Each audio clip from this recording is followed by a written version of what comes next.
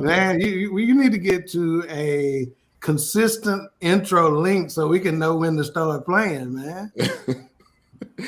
What's up? My dance moves far too early. Yeah, man, straight up. I was getting a cramp in my right rotator cuff. I used up mine for the week. Yeah. Welcome to the Fourcast, where we review movies, documentaries, docuseries, films you've never seen before, completely different way, 4 different perspectives. Mm-hmm. And we bring it to you every Monday at this same time, 8:30 Central, 9:30 Eastern. And tonight, man, we got a good one. Hopefully y'all did your homework and y'all watched it. It's been out for, I don't know, about a week and a half or so. Tell 2 me when weeks, to maybe. go. Tell me when to go. Tell me when to go. Tell me when to go. Yeah, that's all I need to know. Right. But Wilks, how you doing, sir? I'm doing pretty good. Everybody all right out there? Real quick, just want to take a minute to brag on Wilks. He celebrated his 10th year anniversary at the company that we work at. I appreciate it. All right. Yeah, all right. Thank you. I've learned a lot from Look, and I play the HRap role. You know, one of the things we get in is we say we real. We gonna tell you if we were backstage and they told me the same thing, I would have said this same shit. So I'm just gonna say it. But I'm playing HRap role right now. It's not normally the soft and refined King Dawk. So you just 10 years a slave, huh? Just 10. But I'm cooking the meals. I heard that. Yeah. I knew it. Hey, somebody had to say it. HRap was thinking it. I wasn't. Nah, that's big, man. Congrats, brother. Thank you. Yeah, man. That's man. We are live. We are live right now on Facebook. We're live on Roku TV, BS3 TV. You can find the link. Artist Benita A. Winfield, the artist formerly. Artist formerly now. The link is in the description of the show. So if you want to download it, you can click that link. It'll take you to the Roku channel store, and you can download it. It's free. We're live right now. We're also on Twitter. We're on Twitch. We're on everything really you can think of except Instagram. Yeah, we on Twitch and we Twitch it, man. And we twitching. All right, HRap. How you doing? Oh man, I want to say, well, today, even though she's no longer here, it is the 12th year my mom has been gone. It's the 12th birthday she's been gone, and 11 years she's been gone. Today is her birthday. Salute to my mom, and salute to my nephew Cameron. It is his 12th birthday today. Oh, what's up, Cameron? Nice. All right now. Hey, Cameron. Is that the football? 12 is officially a teenager. Now you can debate me all you want. Some people might, but 12 is when you hit. Some people want to make them wait to 13. 12 is teenage. 12 teen. Okay. That's not the tween. They call that the tween age. That's not the tween age. I don't know, man. I don't know what neighborhood you live in. Not in my neighborhood. They're pretty much on the doorstep. They're teenagers. Is that the one that plays football? No, not him. Okay. No. That's he no longer plays football. He's at Morgan State right now, but he no longer plays football. Okay. And another thing, Larissa Sims, she's in the hospital with COVID. My homegirl, super duper homegirl. She down there with you in Texas. She's down there. Prayers. And her family, her entire family is stricken with COVID. Her 2 children have been better, but she's in the hospital currently. She is doing better. She texted me today. She's down there in Texas. She the homie. Get well soon. Yeah, likewise. Definitely. All right, Dawk. Hey, I'm just gonna. If you can't tell already, we bring that same kind of energy. The same kind of energy the movie get us, we get a y'all. So last week we was on one already at this stage. Talk about everything but the movie. Yeah, pretty much. We won't get that same energy. Hopefully you can tell. Yeah, pretty much. Yeah, we could bring it. We could bring it. Well, I'm doing well. I had a good weekend. Had a Christmas party. Me and my wife had a little staycation. You done went to 2 or 3 this weekend, haven't you? Nice. I had a little staycation. So I'm feeling good. I'm feeling rested. All right. So true story. Let's give some shout outs though first. Rucker Park in the building. Yeah. Raider Kev in the building. Heard something happened yesterday. I'm not gonna say what happened, but it didn't look too good. On Thanksgiving. I bet they won't be on no more logo. Playing around. Don't play around. We come to Texas and we win. We be 17-0. Trash talk. I love it. Just Joe in the building. Justin Caraway, host of Elevate Podcast Thursdays, 7:30. Let's see who else we got. Freddie Henderson. Hey, big shout out to this dude. He's got a network. It's called ASAP Sports Network. So big shout out to him. Dude rocking the tux. I don't know what he's doing in that photo, but he leaning up against some. He in the cut, man. Yeah, them kind of fences that be on the second level barricade at the zoo, though. So I don't know. That's not the real fence, but that's the one before the fence. Right. That's your first one. That's the one that my white friends are going to jump over and then discuss whether they're going to jump over it. Yes. Yeah, we start early, Joe. You know we start early. Thanks, Joe. TC, thank you for tuning in. You know that's too cute. Too cute. Yeah. Tess Jones, thank you for tuning in. Okay. D Great.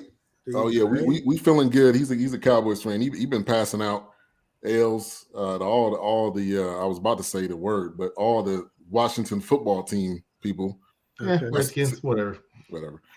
12 wasn't teenager in our house, but when we turned 12, your sins was yours. I bet. Yeah. All right, that was his homecoming picture. Wow.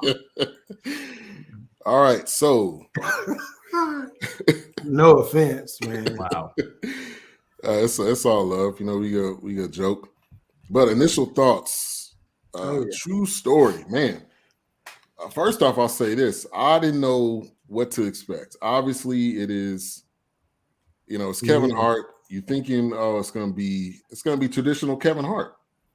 But I have to say, this was absolutely not traditional Kevin Hart. It was almost extreme to the left of what Kevin Hart normally does. Mm-hmm. Yeah. And when I seen Wesley Snipes was in it, I was like, okay, this is gonna be something solid.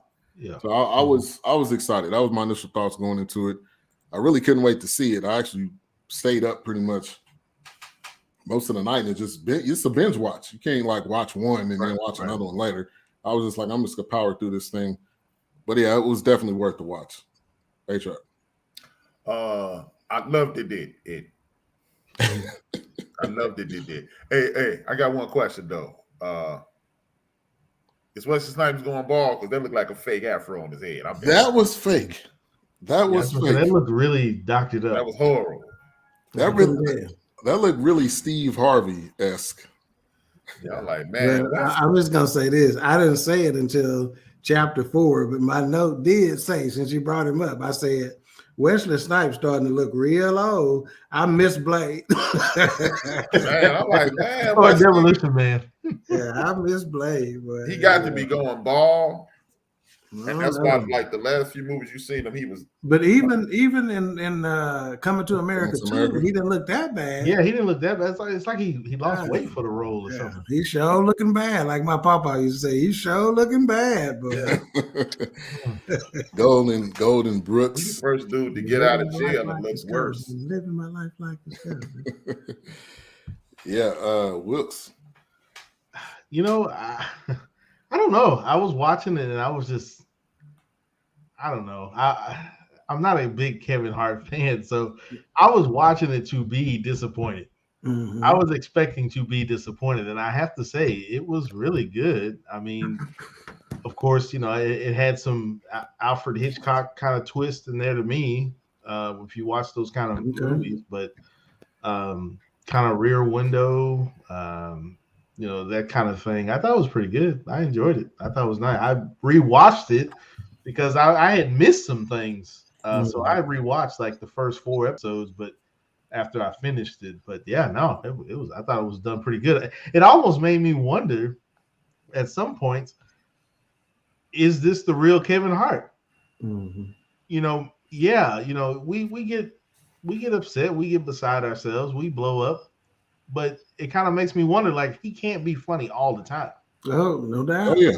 So it was almost to the point of like, look, all this pressure and all these cameras and all these interviews, it kind of made me feel like hey, this is the job. This is matter of fact. Yeah. It's odd that you bring that up. Matter of fact, back a long time ago, when I used to be married, that used to be a cause of some fights at the house because we'd be out somewhere introducing me to somebody or whatever, and she would, and at the end of the night, they looking at my ex-wife saying, "Oh my God, you must laugh all the time."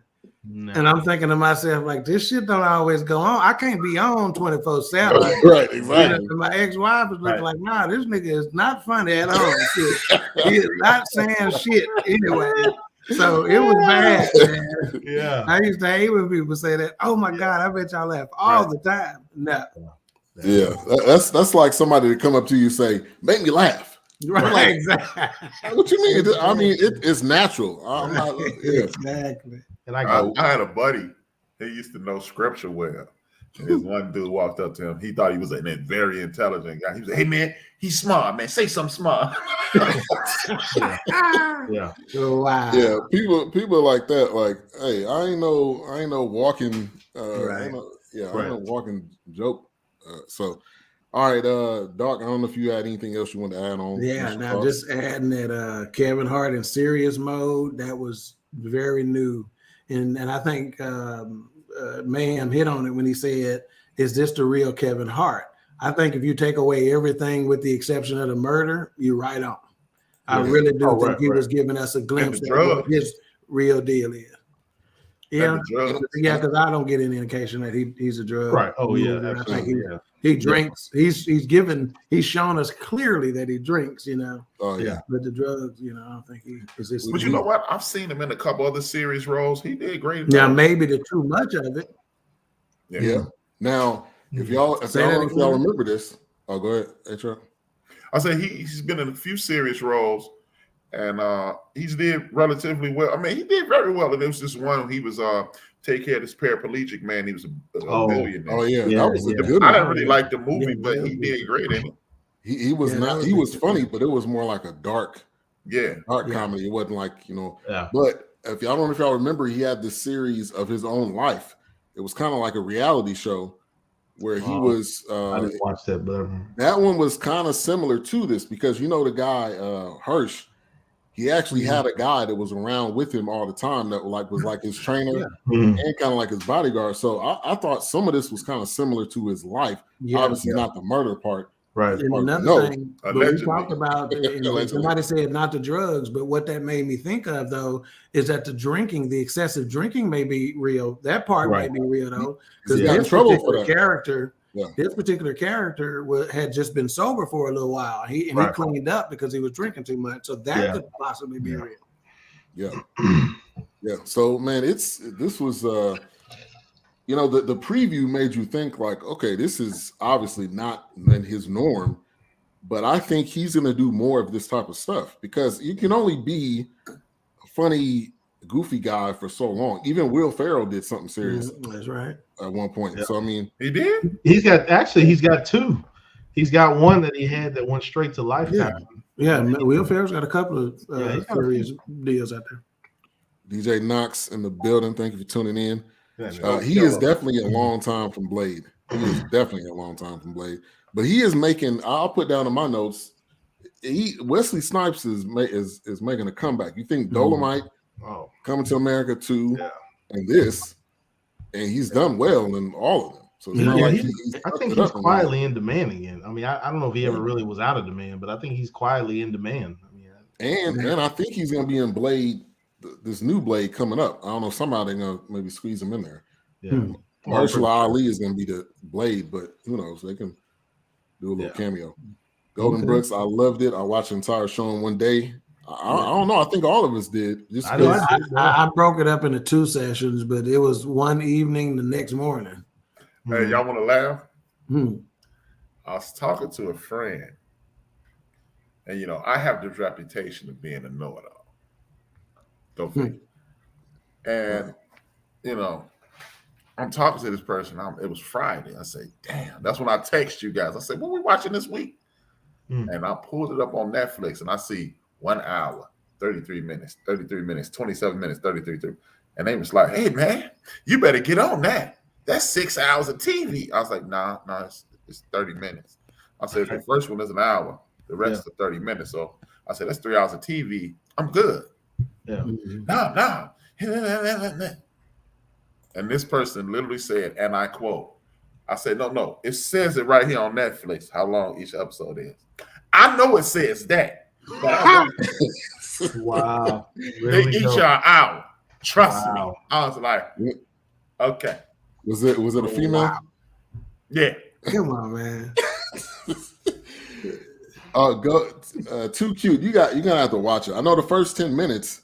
Yeah, you gotta go back. The first 10 minutes maybe was, I don't know. It was kind of leading up to it, but you gotta watch it. You gotta watch it. It makes up for whatever you've seen in the first 10 minutes. Walter Strong, thank you for tuning in. Said good evening.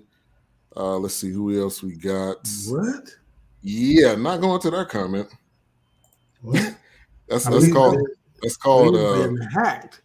That's called spam. How long is this contract with Netflix? This gives him the platform to do more. I don't know. He's done a comedy special. As long as he keep delivering, they'll do whatever. That's all they got to worry about. He did the same thing with the kid when he was a dad. That was a serious role, and he did the kind of reality show on himself. So he may have that Adam Sandler deal because Adam Sandler been doing Netflix movies for a good minute. But you know what? This just bought him a new contract. I think so. Because everybody and their mother and their uncle watching this. Definitely. All right. TQ says she'll watch it. Yeah, he did Fatherhood. Yep, him and Lil Rel was in that. Yeah, so I mean, his contract got to be renewed. Chi-Town. Yeah. West Side. All right, so kind of the opening, or to start off, it was in chapters, and so it was seven chapters. And people may be thinking, "Oh, that's a lot," but the first one was the longest one. The rest of them was 30 minutes, and that went by super fast. So it could have kept going, and I wouldn't have complained. Right? Yeah. Really, it was like you was waiting for, spam, mama, we made it. Yeah, exactly. That's what some of the comments was, but I'm not going to those. Yeah. Really, it was like you was waiting for, spam, mama, we made it. Yeah, exactly. Somebody playing that in the background. Somebody's got it going. I mean, all right, so that's the spam people. spam and logged on my TV. Anyway, the opening when it was talking about do you know people, I thought that was, which was also, spoiler alert, it was at the end too. That was the same thing. But you didn't know where it was kind of going, where it was coming from. So my initial thing was, it's called True Story. Is it based on a true story?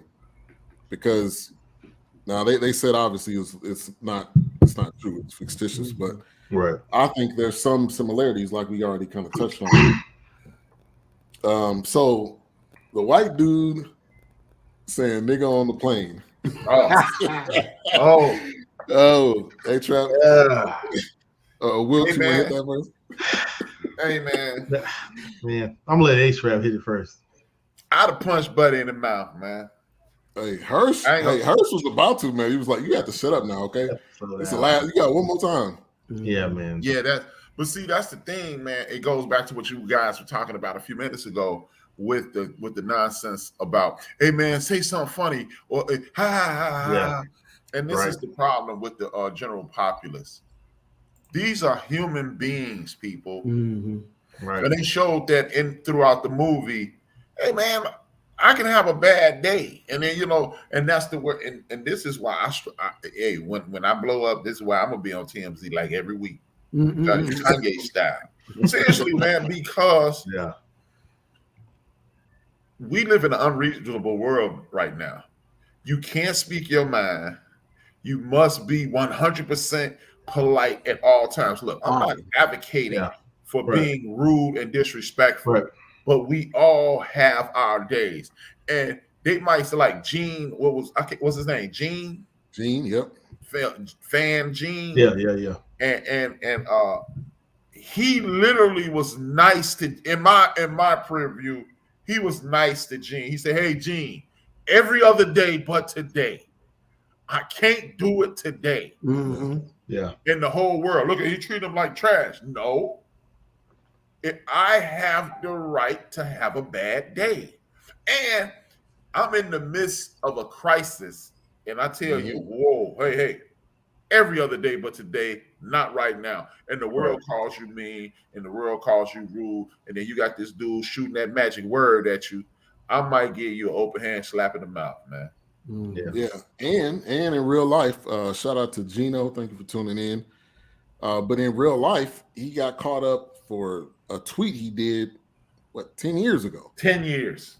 So yeah, that exact thing did happen to him. Right. But look, these people, you can't just be running up on people too. Like you wouldn't do that to your mom if she's coming out of the grocery store. You're not gonna run up on her and say, "Hey, what you doing? Let me get a photo." Yeah. So I mean, like, don't. It's like when people rush me like that at the gas station, look, I'm like, hey, I got one hand on my pistol. That's probably not a good idea to come running up to me. You better make an announcement when you're several feet away saying I'm approaching you. Right. So that ain't gonna end well for you. Right. Yeah, definitely golden. That scene, and the dude just kept going. But I think number one, he was trying to egg him on to see what he was gonna do. Exactly. To see if he could get him out of character. Which is why Kevin Hart played it the way he needed to play it. He set back, but Hirsch wasn't having it though. He probably had the gun in the fanny pack. He was rocking that fanny pack though. Yeah. He said, "I like how he got him." Yeah, he got him at the end. That was he got roasted in front of his coworkers, in front of his boss. And he was like, "Yeah, so you like saying this word, huh? Come on and say it now." It's like, "Oh, I got nothing to say now." Yep, Tiffany. Shout out to Tiffany. You can't make this up. Comes on Wednesdays at 10 on BS3 TV. Yeah, it was 10 years ago. Like they had to dig. I don't even know how you dig up a tweet from that long ago, even though tweets never leave unless you delete it. That's hard work right there. Yeah, really. You got a lot going on. Yeah. All right, Wilks, you want to touch on that? Yeah, I think it was one of those embodiments of you say it, why can't we say it? Right. I think that moment was an embodiment of that. You know, it was a blatant, like, I'm not going to, censor it. You don't censor it. So I'm going to say it. But it's like, it's not for you to even say that. Just like you said, oh, I said the not the N. I was like, no. Right. I didn't say No. That makes it different, right, Kevin? Yeah. Hirsch wasn't having any of that. He's going to shut that shit down. Look, let's just say this, man. Hirsch was the most solid dude in the movie, man. That was the dude that had his back. Yeah, the most. So. Yeah. So it was, that moment was, it was like, okay. And I'm pretty sure it's probably happened. Then again, based on Hirsch asking for $6 million, does he still stay in that road? Because up until he almost got killed for something that time. But that's what he signed up for. Nah, bro, you don't get to ask me for $6 million, bro. hey. In essence, that's extortion. That's blackmail. That is. So can you call a dude a solid guy who extorts you? Up until the last 5 minutes, I still think Hirsch solid because I don't think he really wanted the $6 million. I think he wanted to show that he was appreciated. But why did that number keep coming up in the entire series? Well, 6 million. That started in the first episode. Yeah, we'll get to that. Did y'all peep the Richard Pryor icon hoodie? Right off the bat, I got that. Richard Pryor. He was watching Richard Pryor on the TV. Yep. In the red suit. Yeah. Hey man, let me address that and A thing Okay. Please do. For our viewers who are melanin deficient. No, no, you cannot say that word. And the reason you can't say that word is it goes just this is point blank period. I'm gonna make it real easy. You know how you angry as hell, and you angry with your wife, or you angry with your mama, or you angry with your sister, and you go, she's a dumbass. If I'm your homeboy, I can't go, yeah, your mama is a dumbass. Right. That's why you can't say the word. Now, if I call your mama a dumbass, or if I call her that word that you might have used, then we can negotiate you only getting punched if you say it. Yeah. But that's why you can't say it. Was it because what happened to him with the situation with his wife? I don't understand the question. Was what because of that? You talking about his real life, or you talking about the series? Because he did have a situation with his. Yeah, he did, but what was what because of that? We'll see. All right, so but you know what? It is a parallel because one of his homeboys sold the video with him with the other girl. Yep. Oh, the C saying the $6 million. Was it because what happened to him with the situation? Maybe that could have been probably. Yeah. You talking about Hirsch's? You talking about Hirsch's girl? No, he talking about in real life. Is that another real life tie-in? The money amount could be. Because that dude definitely was one of his closest friends. Yeah, that's what I'm talking about. Yeah, that was one of his closest friends. So maybe. Yeah. And then the big brother Carlton comes in, which he gets introduced when they're getting ready to go to the club, right? Or he comes to Philly, and he sees his brother, and he was like, "All right, you about to hang out tonight?" Yeah, he's in the hotel already. Before that, right, with the stuffed, They started arguing in front of the doll with the blow up doll, right? Yeah. Only Wesley. Hey man, he played this role well, man. It was 100%. Yeah, he was on that cognac pretty hard. It's exactly the same thing we said about Coming to America 2 in his role. Said the same thing. He played the hell out of his role. Yeah. Hey, I found out that the dance that he did, they didn't choreograph. Yeah, he said that was last minute. That was him. That wasn't planned at all. Yeah, that was him. Yeah. In Coming to America 2. Yeah, that dance that he did coming down. The scene he started dancing. They did not plan that. That's all Wesley. Yeah. Yeah. But he was talking about that. So the club situation, and I guess you get a sense for kind of where this is going because he's like, man, I can't, man, I can't. And then the peer pressure comes in. He's like, come on, man, just drink one. He's like, I really can't do it. Yeah, because even when he walked in, he saw who he was hanging with, and he was just like, oh, here we go. Well, at first he asked, is Gene? He says, is somebody going to be there? Yeah. He said, is Wes or somebody going to be there? And he was like, Wes dead. It's like, what you mean Wes dead? Oh, he was like, nah, I'm playing. Wes not dead. He gonna be there. that dark humor, but yeah, it was somebody he said was he gonna be there. All right, so I think it's the cop dude he was asking about. The cop, yeah. So they living it up. Now I'm starting to think, was it something in his drink? Wait a minute. So we forgot to say something about. Well, I made a note about it, but when he first came to the hotel, because that was before he met Wesley. Did y'all peep the Soul Train music that they were playing as he came into the hotel? Oh, indeed. I dug Philly that. sound right there. Philly sound. Yeah, I'm about to say Philadelphia sound. I dug that. Yeah, definitely. That's a good nod. So what happened to the second girl that went back to the room? There was two? Yeah. It was three girls. But they didn't all go into his room though, did they? No, they were just. You would assume one went with Wesley, one with Kevin, and one went with one of the homies. Yeah. Ain't no fun if the homies can't get in. Right. Can't say that in 2020. That's the date rape anthem. Wow. That's the trust. I was about to say that's the train anthem. Wow. Speaking of Soul Train. Wow. Hey. I need to give me a 20. Yeah, we throwing it on thick. 20 shit. Full throttle, baby. Full throttle. All right, so do you think his drink was spiked? No, we know. I don't think so. I don't know. I don't know if he was out. He was out. It wasn't like he was out. Like no, because they made it back to the room and he was still taking. Yeah, they were sitting on the couch. So I don't either. Yeah, I think they just got him. As the kids say, they just got him white girl wasted. Mm-hmm. Yeah, pretty much. So backing up a little bit. So Kevin Hart, name in the movie is Kid, and Wesley Snipes is Carlton. Or they call him Carl or C. C, which is the weirdest possible name you ever do, Carlton.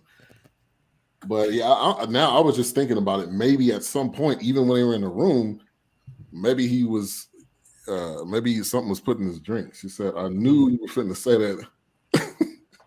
I don't know. You talking about HRap or Dawk? But so he. When they say what? Oh, I knew you was gonna say that. So basically, she's they go to sleep, whatever. And they wake up. Oh no, they don't go to sleep, brother. Well, I don't think nothing happened because she still had on drawers. They probably immediately, she probably, like he said, probably nothing happened, but yeah, right. He was wasted enough to where he wouldn't remember either way. Yeah, right. Yeah. So does he wake up or does somebody wake him up? No, Carl wakes him up. Yeah, he's wake him up. So HRap, you asked the question earlier.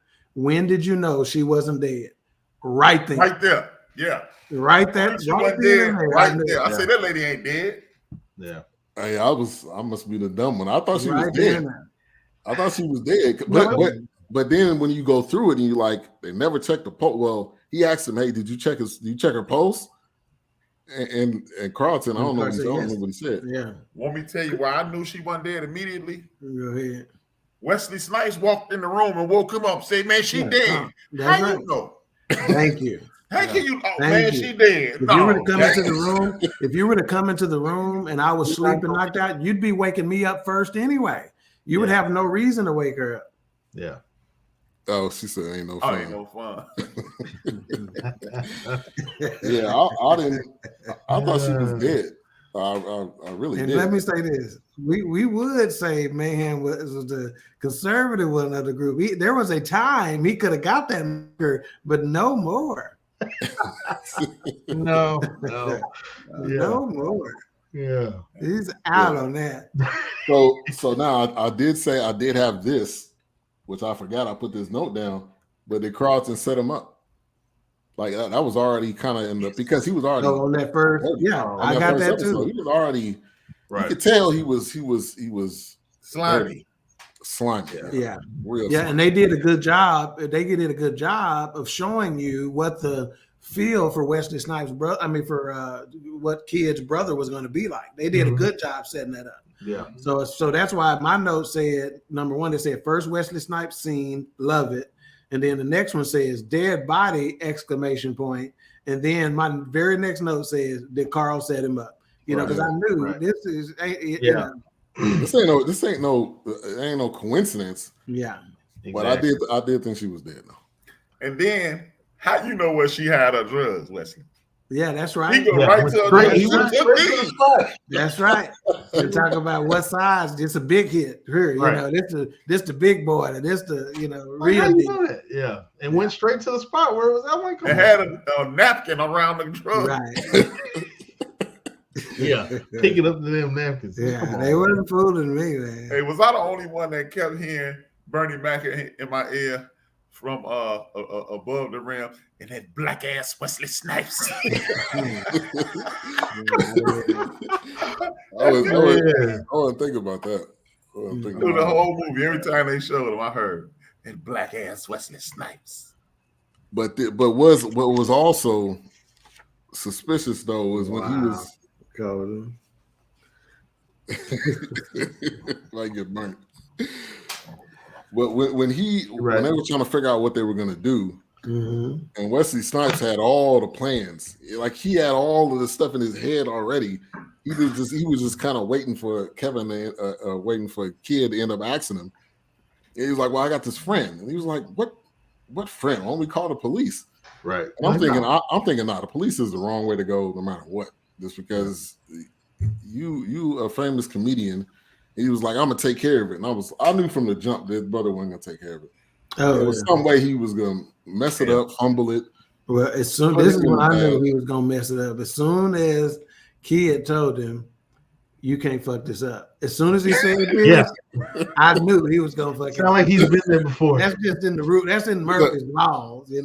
Sound like he done effed it up a couple times. I guess I'm a creep. Because when he said, I'm gonna take this, yes, that's what we gonna do. Exactly. Yeah. But then I'm thinking like, okay, the movie would be over with if he just took it and Kid just left stuff, because it would have been me. Now, did y'all pay 68 million? Yeah, you gonna do that. You gonna do that. Right. Did y'all recognize also every single day they went to the Wells Fargo Center? Yeah. Every day somehow they went.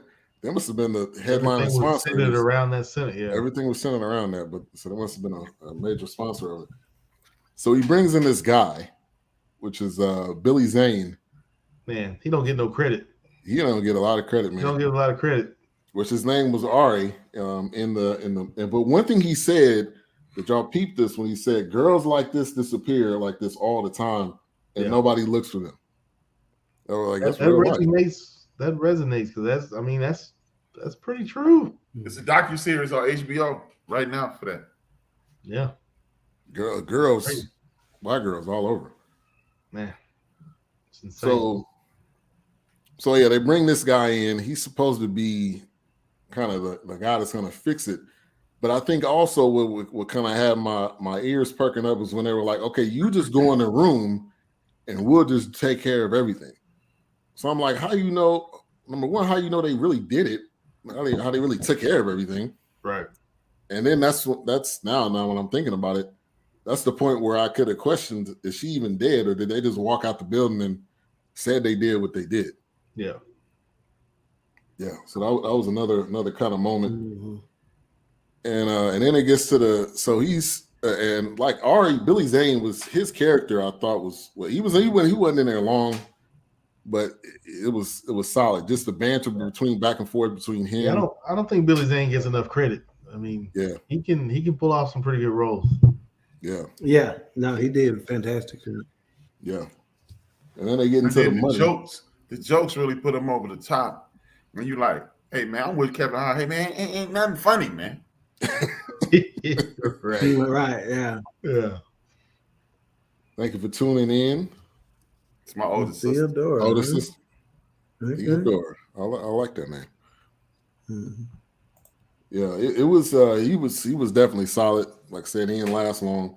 But then he started asking for money, and immediately my wife was like, "Well, he may be trying to do this for Carlton, because I think it already came up that Carlton owed somebody money, right? He was getting a phone call or something. Well, it was about that restaurant. Remember, the restaurant is what down. So that's been the money pit of late for Kevin Hart to Carlton. Once again, he asked him. He said, he asked him, how much are you? And he said $6 million. There's that number again. Yeah. I'm like, what's with this number? It's like, that number kept coming up. Yeah. But as soon as I saw Ari, my next note after when he said you can't fuck this up, he was gonna fuck it up. My next note was he owes that guy some money. As soon as I saw it, that's what I thought. I said Carlton owes him some money. Yeah. And I'm operating under the assumption that the girl wasn't dead. Yeah. Yeah. Yeah, because when I saw it, I was like, okay, they want you to think she's dead. Of course, I was like, well, man, maybe she is dead. But then I just, in the back of my mind, because I've seen so many other movies kind of like this, it's like, I bet she's not dead. Mm-hmm. She's going to pop up later, or she may not pop up again, but she's not dead. She's not. Mm-hmm. Yeah, every time he was out somewhere, I kept looking for her. Yeah. He's supposed to be out in a minute. Yeah. So he said, well, I need you to give me 500,000. It was like, okay. It was like a month. It was like, right, for a year. But he said 600,000. Well, no, it was 500,000, wasn't it? Which equaled $6 million. $6 million. Yeah, that number again. Goes back to that number again. Yeah. Yeah. And so Immediately, Kia gets on the phone. Well, shortly after he got on the phone trying to figure out how he's going to maneuver this and how he's going to get this money to this guy. And his accountant's like, you got to account for this. You can't just be taking money out. Right, yeah. Right, yeah. But then I'm thinking if his brother just would have asked him, I'm sure he would have gave it to him. Going straight to it. Nah, I think he was getting close to the end of it. You think he was going to give him $500,000 a month? Or give him the $600,000.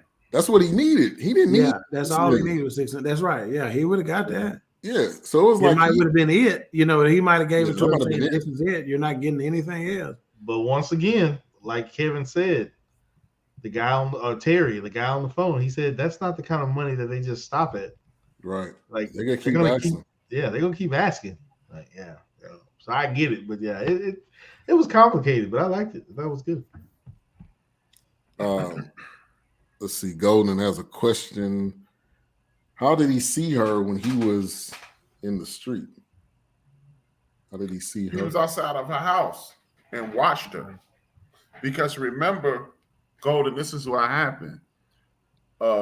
He got Wesley Snipes busted. This time, the roles were reversed. He got Wesley Snipes drunk and took him home. And Simone was like, "Where my money?" And he was like, "Man, you owe everybody some money."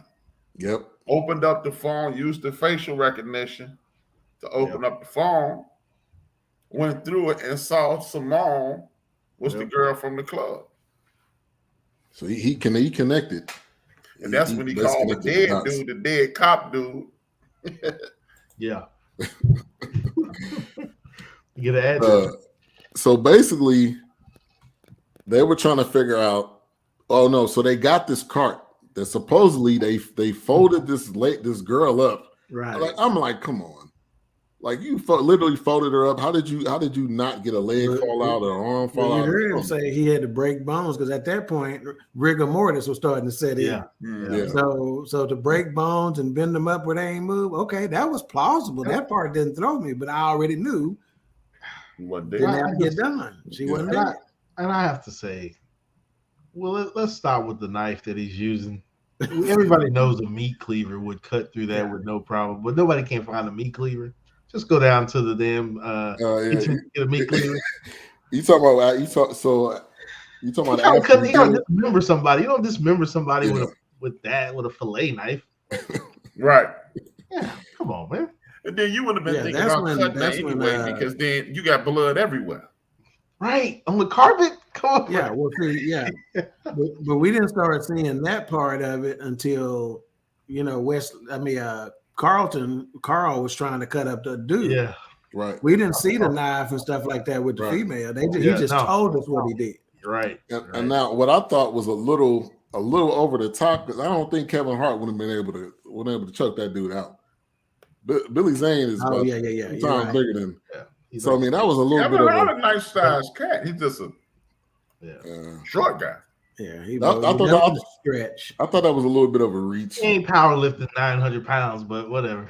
Yeah, that was what they call that, mayhem. Don't they call it the Colombian necktie? Colombian necktie, yeah. Mm-hmm. Hey man, so those are hard to get out. I was gonna say you will not get out of it, but not those kinds. See, if they'd have had a real one, like the real Colombian necktie, those are designed to be almost impossible to get out like that. But this was a phone charger, right? Which because of the consistency, he should have been able to get out of that. And that phone charger kept coming up. If y'all realize that.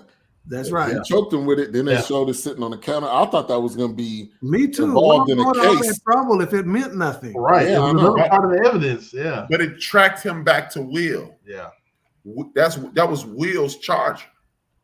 That was the white guy. That was the white guy. The plane that was saying the nigga on the stuff. plane. Yeah. It's not like he gave it back to him or anything. But why would it matter that it tracked it back to him? Because he just ended up fronting him out at the end in front of his coworkers and bars.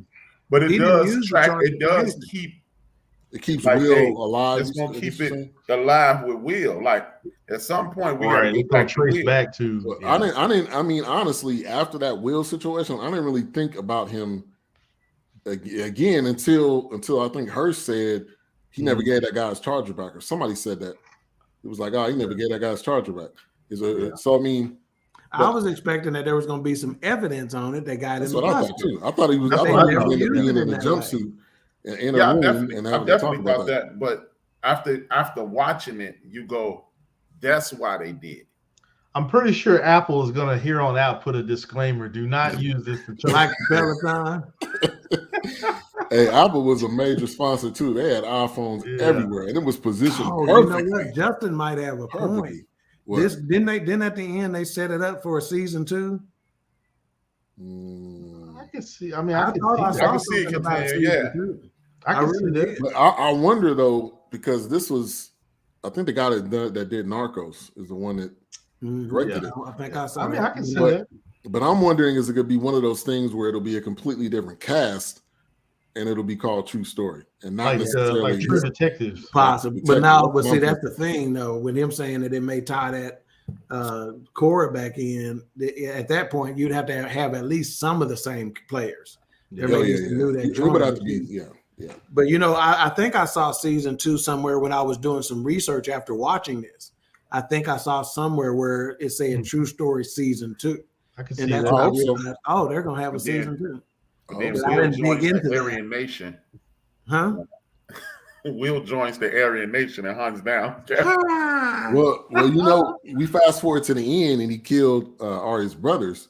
You got to think that don't just stop at them two. For real. That could be a whole other tie-in. Yeah. Let me just say this: I would love to see a spinoff with the 2 Greek brothers because they had me rolling at some point. They did. Like these dudes need their own show right quick. Yep. Yeah. Remember when the guys went to their moms? Yes. She will play a role for sure. She was probably the one running the family. Well, not even the moms, but I want to say that they had talked to somebody else in addition to her about what was going on. Yeah, but they didn't take Carlton with them. Yeah, to that. Yeah. Now, one of the funniest lines was, I think this was probably kids saying this to Carlton. If Friday the 13th was a person, it would be you. Yeah. Yes. I was like, that dude was either that's what I'm starting to think throughout the series. Is this dude bad luck, or is he just setting up he's setting the stuff up? Up to that point, he had a gambling problem or something. It's like it was a reason why he was losing his money. And I figured he always is somebody who was either trying to do this get-rich-quick scheme or had a gambling addiction or something of that nature and kept getting in the hole. I'm going with A. But so who called him? Who said he looked like Friday the 13th? Kevin. That was Kevin that said that. Yeah. I think Friday the 13th was a person.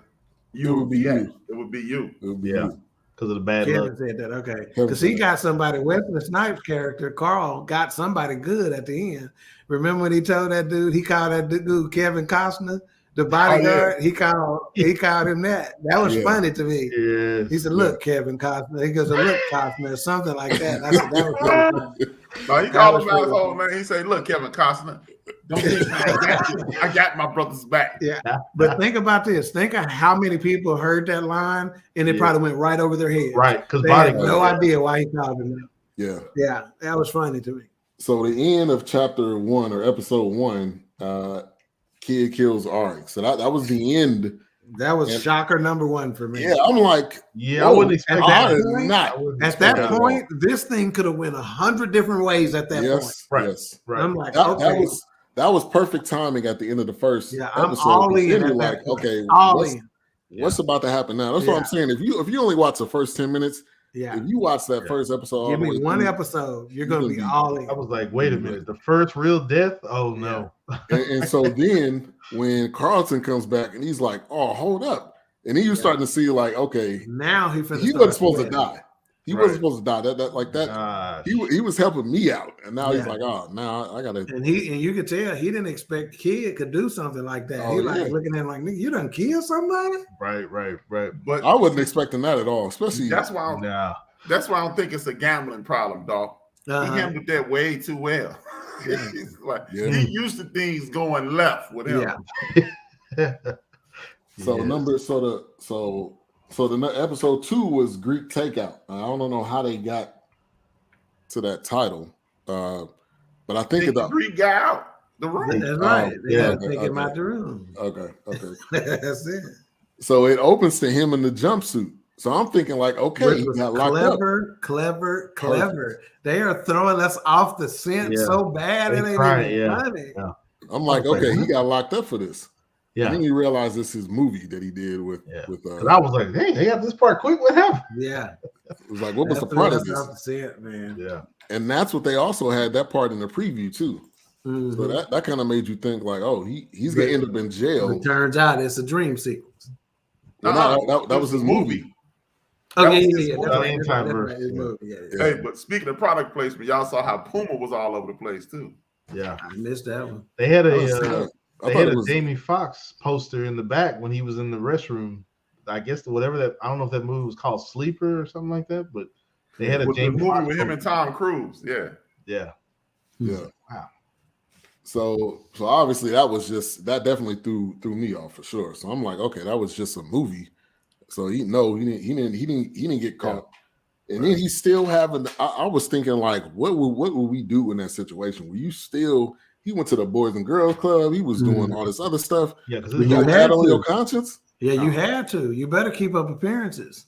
Right. Yeah. It would be difficult to do, but that's what you need to do. Right. And his guy Hirsch, he knew. I think that second episode, he knew like something was up. Something was up. He didn't know exactly what. Figure out what it was. Something was up. Yeah, he knew it. So Carlton trying to get rid of the body, which that was a disaster. Oh my god, that was a complete disaster. So now to HRap's point, he maybe was a gangster, but he wasn't to that level of a gangster. He was a fuck up. Yeah, there you go. What he was doing, he was a fuck up. Right, pretty much. But then that's why I don't think it was drugs. He just was a fuck up. Yeah. But then you think, how was he close? How close was he to Ari? Was that a part of the reason why he couldn't? I think he was into him for some money, and they knew he had a famous brother. Yeah. So they knew there's a possibility we could get some money here. So let's see what how this thing works out. Yeah. You see how as soon as he showed them the video, they were like, "Oh, we're good." So he's saying on there, we good. And they went for it. I didn't think they would go for it. I didn't think they went for it. I think they were just like, okay, it's. He said maybe he was going to do it, but they were still skeptical of what happened to their brother. Oh, so that's what they were worried about. They weren't worried about the money. They was good on the money, but they were still trying to figure out, did you have something to do with our brother? Right. Golden. Yep. The beginning was the ending. That was a complete, front to back. So then I had this question: do y'all think Kevin Hart as a joke writer in real life? Because he had the female, I forgot what her name was, but she was. 10 something. That's the basis of the Mike Epps, Cat Williams beef with him, because they say his joke writers sit in the back of rooms of comedy clubs and steal jokes, and Kevin uses. Really? Yeah, that's the whole beef with him, Mike Epps. Because that's why they were saying, dude is okay. He works hard, but he's not really that funny because he does well, hell, you see, that's the thing, man. It's like with this whole hip hop thing with the ghost writing. Most people have ghost writers. Yeah. Paul Mooney wrote for Richard. Mm-hmm. Mario Joyner writes for Chris. So I don't understand. But then again, I write for Ben Sutter the third. That nigga ain't funny.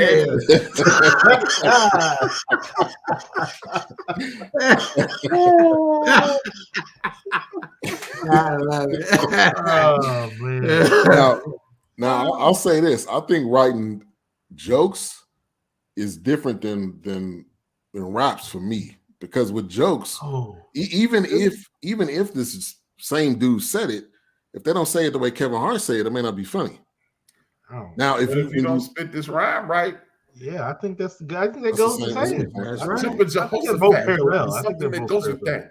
I'm fucking in a 12-year-old yoga mat. Yeah, I think that's parallel. I think they go. That's a good point. That's a good point. But I think they're the exact same, being by and large. I think it's easy to get away with a joke writer because it's commonplace in that arena. It is a widely known thing, right? And you do collaborate. In hip hop, this is supposed to be personal expression. Hip hop and poetry, this is supposed to be personal expression. So you might get a, hey man, you want to use that instead of the. Mm-hmm. But when you just so the problem was not that you had a joke writer. I mean, excuse me, a ghostwriter. The problem was where your ghostwriters are getting their material from. Right. That's the problem. Not the ghostwriter, but where the ghostwriters are getting it from. Right. It's not original content from them. That's all they really care about at the end of the day is that it's original content. Don't care where it comes from, your ghostwriter or you, but make it original. Yeah. Right. Now, one thing I had in my notes, similar to what we just talked about, is that the phone cord had Ari's DNA on it. So I'm thinking, again, that's got to come up because they kept showing it, and they kept showing Carlton having his phone. I didn't get that point at all. Yeah, so which I thought could be traced, but which they addressed because even Kevin Hart addressed it. He goes, like, you got the phone? So he goes, burner phone. He's like, man, that can't. Are you serious? Like that's that's criminal 101. You get rid of the phone. It can be they're gonna ping it off some tower or something. Right. And so that's why Wesley was like, no, it's a burner. But the reason why they had to have him keep it is because he needed to be able to know what the Greeks were saying about Ari. Right. You know what I'm saying? He was looking at their text messages to see, okay, this is where they're at with it. This is what they think. Ready, Cam.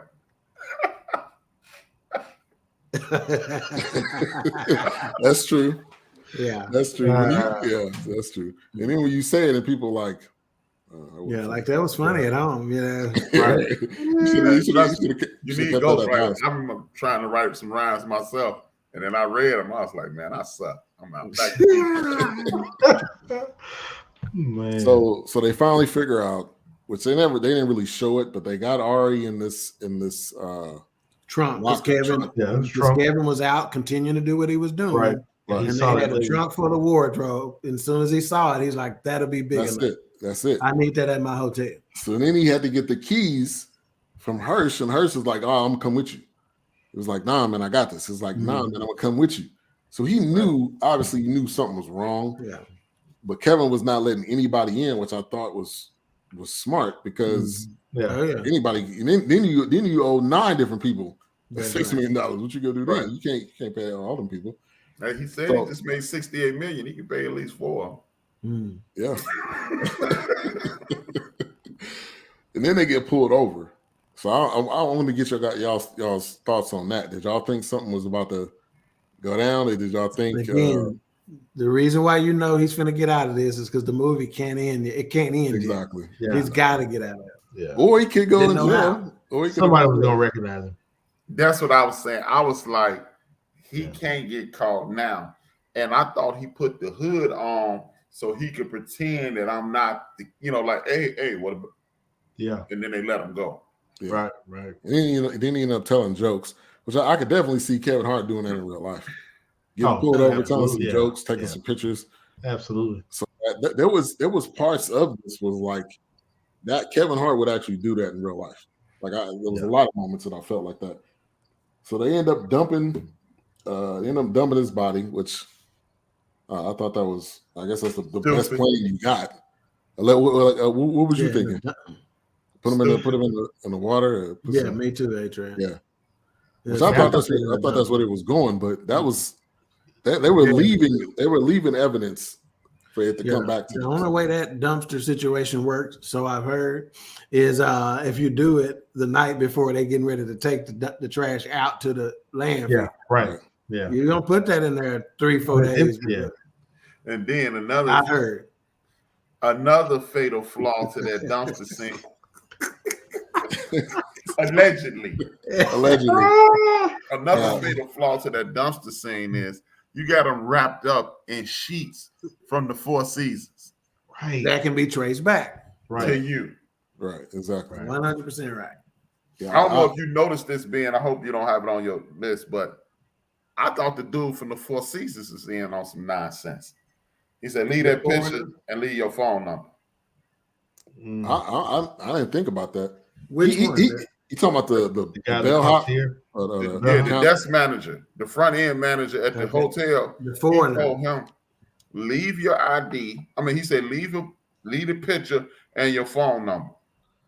I think he had a sense at the end. I think he had a sense that something was going on, and he was trying to determine how he was going to play it. I think he was just buying himself some time by doing it that way. Yeah.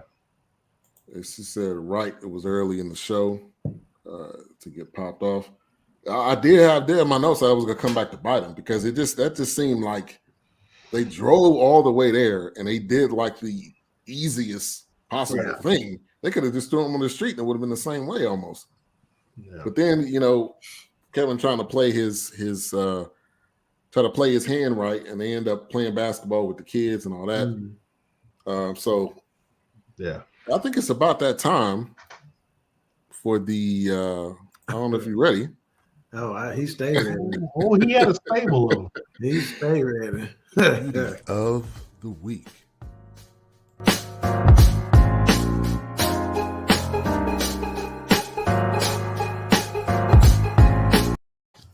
That's a creepy intro, man. It really is.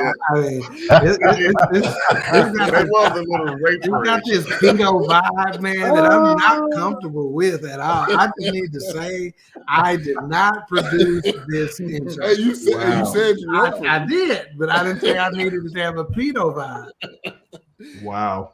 God almighty, and it just hits me differently every time. Anyway, okay, so beauty of the week this week, we again, as was stated before the show backstage, there was a plethora of choices there with this particular bunch of them too. See, HRap, I'm here. I got it. Okay. Hey. But my beauty of the week, unfortunately, I really don't like doing it like this because I don't know her name. But the girl who plays, I think she's a hotel employee. Her name's Soraya. And she maybe works in the kitchen or she's connected to the kitchen in one way or another. Because remember, she said she made the particular dish the way he liked it the last time he was in that hotel, right? So she worked for the hotel or the hospitality service or something. But she's hands down. Again, most people, when they watch this, that may not be the obvious choice because you got Lauren London here. You got the chick that played the ghostwriter, so you got some good choices there. But for me, as soon as I saw the hotel worker and she can tuck her shirt in, oh shit, you tuck your shirt in? What's your cash at? Yeah. In a pencil skirt. Yeah, her name is Soraya. She was in Soraya McNeil. She was in Empire. That's where I've seen her before. Here, I'm which one? Not mine. You ain't found what I'm saying, have you? No, I'm looking at what Golden said. No. What'd she say? What'd she say? Oh, Tiana Taylor. Her birthday was on Sunday. I made sure to post that to the. Wow. But this one, I even like her better than Tiana Taylor. We talked about that in the pregame. And for the record, you don't got to be able to tuck your shirt for HRap to love you. No, I was teasing about that part. You just got to have a shirt. Not all of it. I'll buy a shirt. You can have I didn't say have it on. You're not all in that order. You just gotta have one. You gotta have a shirt. I'll give you a shirt just like this. But yeah, Justin brings up a good deal too. The girl who was supposedly killed, she would be a candidate as well. Oh yeah, old girl was fine as wine. Yeah, she was definitely fine. That was that intro was. Yeah, man. Yeah, that's gotta. Yeah, man. Yeah. Yeah, now, Chris Hansen. If Chris Hansen hit that intro, he's gonna be trying to get the credit on this motherfucker. He could be trying to come to Forney ASAP. But anyway, I almost got that picture up. But episode 3, I don't really have a lot of notes from episode 3. It was called Victory Lap. And that's when they thought they had got away with it. That's why they called it Victory Lap, because they were having a good time and all that kind of stuff. And then toward the end of the episode, that's when they revealed that he owed the other Greek brothers money or whatever. That's when that finally got officially put out there. No, I think it was Victory Lap. The Victory Lap is when they just knew they got away with it. They was ready to go to New York and everything. And then Justin, what's his name? Gene showed up at the thing like, I see you killed, buddy. Yeah. No, that was episode 4.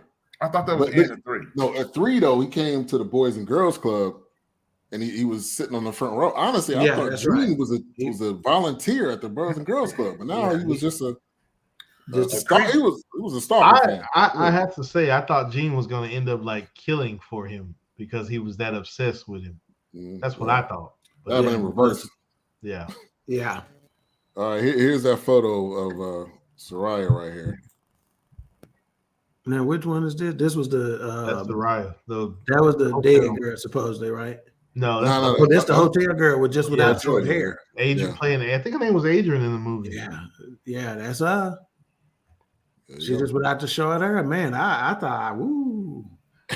And she'd have had this look. Tiana Taylor. And she'd have had this look. I like that even more than the short hair, I think. Man. She's no Tiana Taylor. Look at that one more time, just in case the viewers didn't get to see it, man. Just in case y'all at home didn't see it. That's gonna run that back. Got it.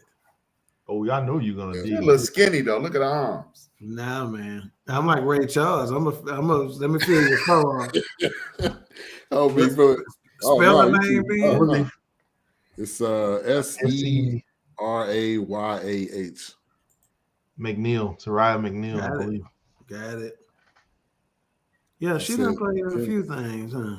Yeah, Empire is what I remember her from. Yeah, there you go. Then the fan came. Yeah, so Gene. That's when Gene showed up at the Boys and Girls Club thing, and then I think it was maybe maybe it was that same episode. Maybe you're right. I'm happy with my choice. I'm still on this, man. Y'all keep talking. From Chicago to Dumbcast, he said "Shawty bad." Yep, that's from Chicago. Oh, trust me. When I saw this, I was like, man, Dawk he's got a plethora of choices. Go with the video. Talk about the intro. Mm-hmm. Go to the dead girl. Now she was only in there like twice. Yeah. Well, she had a pretty good. I mean, she got the hell beat out of her by the Greeks at the end. Yeah, she can take a punch, boy. And she actually made the cast list. Soraya McNeil didn't. Not on IMDb. That's where I found her. Appreciate you for tuning in. Make sure to subscribe. She am legend. Yeah, her name is Ash Santos, ain't she? Oh, so she was Dominican for real. Yeah, Ash Santos. All right, so I don't know. Episode 3 wasn't really as in depth, but then going to episode 4, we should be together soon. I don't know. Would y'all get the tie-in from that? We should be together soon. I think I missed that tie-in. That's dumb assed from Chicago to dumb assed. No, did it say we should be together too or soon? I thought it said soon. We should be together soon. I thought it said we should be together soon too. That's what I thought. Oh, maybe. We're not doing a very good job. Everybody was gonna remember. That's the episode when his son. He had told his son, maybe you and your mama could fly to New York because he thought he was free and clear. Mm-hmm. So I'm gonna invite you out here because everything is cool, and then everything. We should be together. We should be together soon too.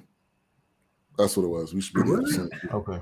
No, man, it's just we should be together too. I'm looking at it. I'm supposed to say I'm not sure. We should be together too. That's it. Yeah. So I don't know who else he's talking about. We should be together with. Maybe that was his friend. Talking about his son. Maybe. I think she goes with the young guy on the Shy. Oh, what's his name? Smollett, Jesse Smollett, whatever his name is. Juicy Smollett. Juicy omelet. Could it be Juicy?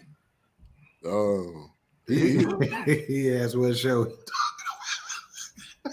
True story. I love it. Netflix limited series. True story. Yes, sir. Chapter 4. So the biggest note I got out of chapter 4 is when the girl. This was a cool piece of it, that his ex-wife, who is going to be his ex-wife, his baby mama. He's like, even though we're getting divorced, she still hold me down. She's still giving me the best advice, because that's the one that says, "What did your dad used to tell you?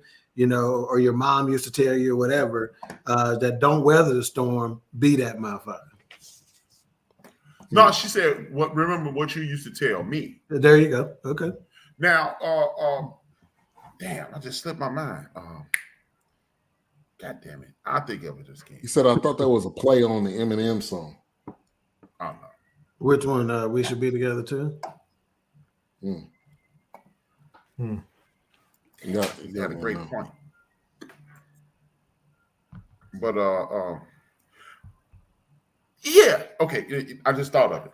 Let's go all the way back to the very beginning of the movie, right? Mm-hmm. He's talking to his ex-wife. He's talking to Mo on the phone. Yeah. And he's talking to Christian on the phone, you know, da-da-da-da-da.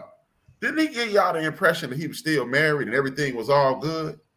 I thought he was still married. Because he was spazzing out. See, that's why Wesley Snipes is my brother when the baby. Carlton couldn't have got me. Because he's sitting there, what I'm going to tell Momo? What I'm going to tell Christian? I'm like, man, you better call the police. Yeah.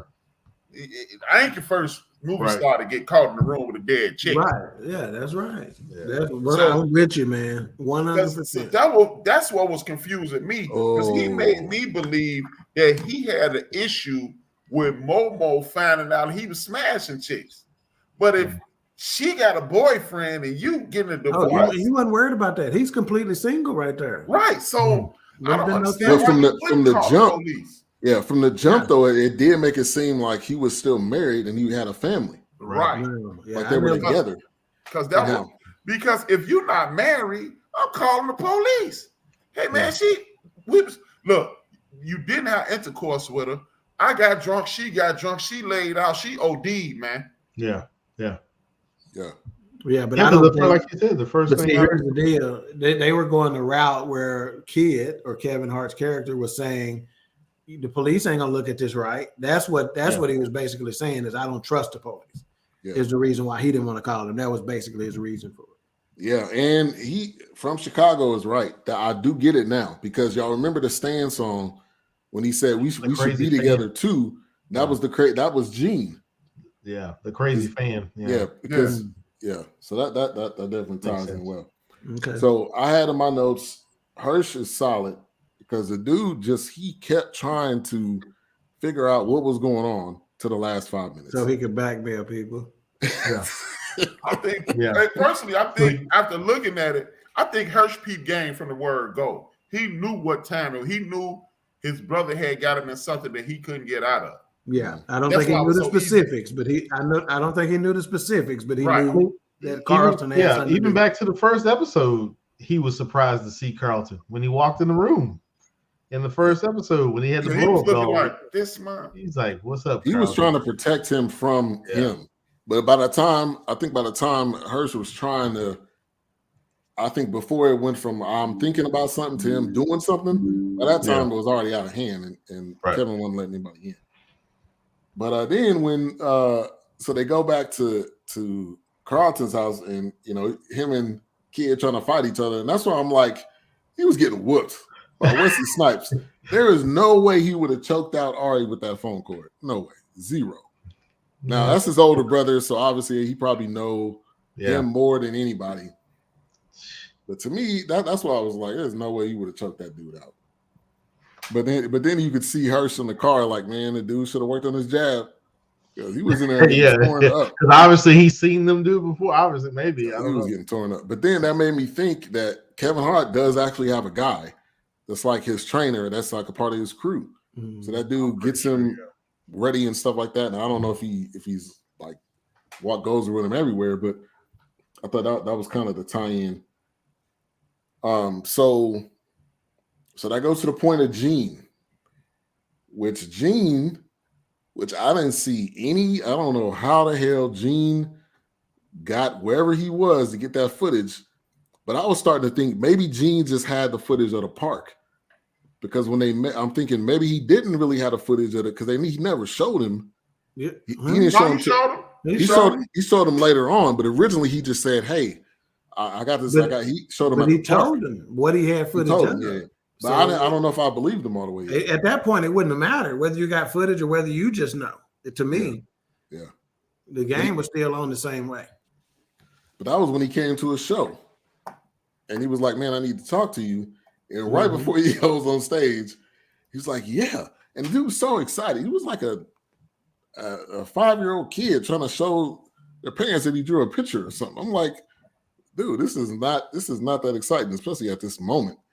And then he ends up going on stage and he ends up bombing, which obviously, I don't even know if I wouldn't be able to go on stage after that.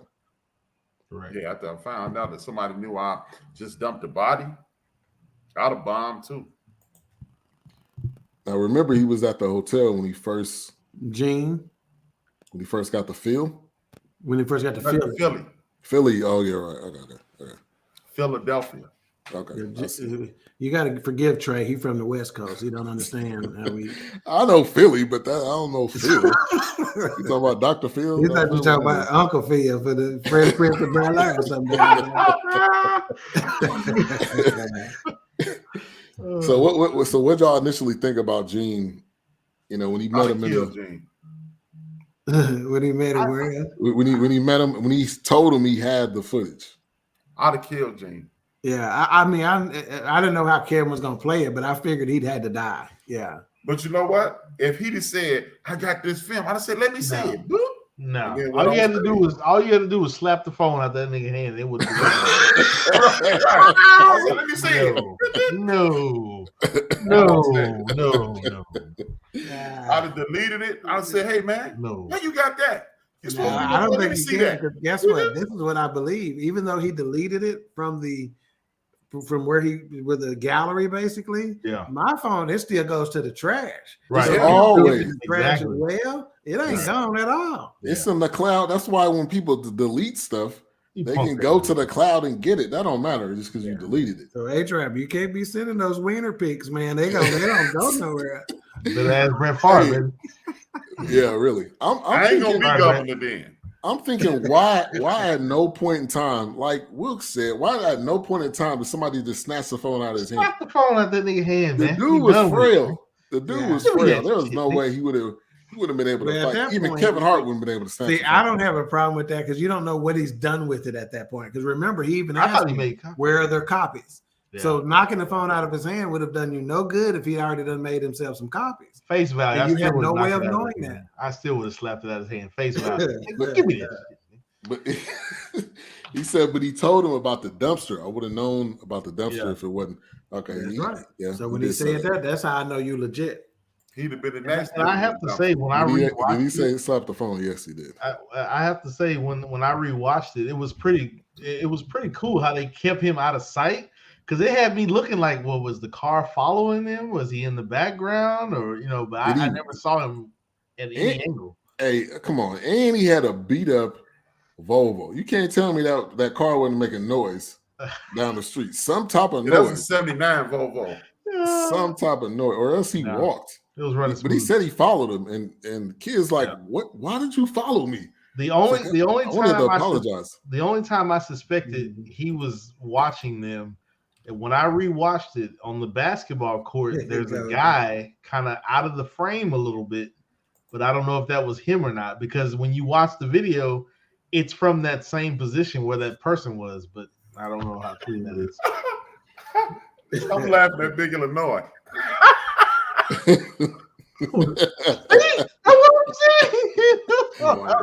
Ran like Snoop Dogg and Baby Boy. That's what I'm saying.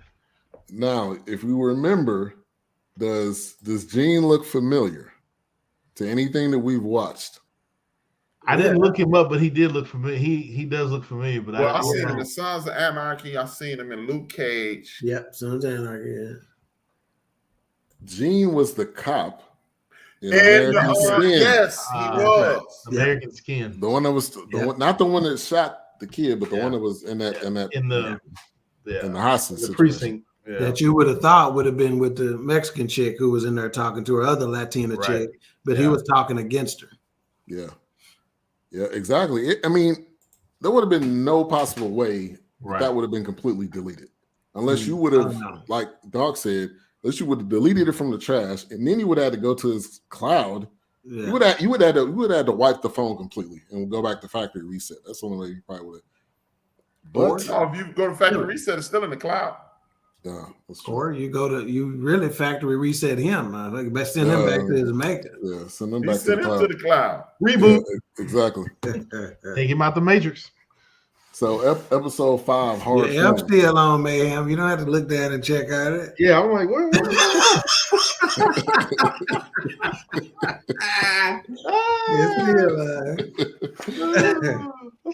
So my question all along is like, and then this is where I was kind of agreeing with Carlton. Like, you just let this dude run around and walk around with this video. Right. He didn't delete it. Right. So at any point in time, he could have sent it to TMZ. Anything. Oh yeah. And TMZ not gonna check it at all. They're about to run that thing. Yeah, So I was expecting every time they pull the phone out, somebody was going to say, "Hey man, you see this video?" Yeah, that's what I was expecting. When I just felt like every time they pull the phone out. Yeah. But Gene had no friends, so Gene had nobody to show it to. Kevin played it that way. He's exactly. I know what this dude wants. Yeah. Right.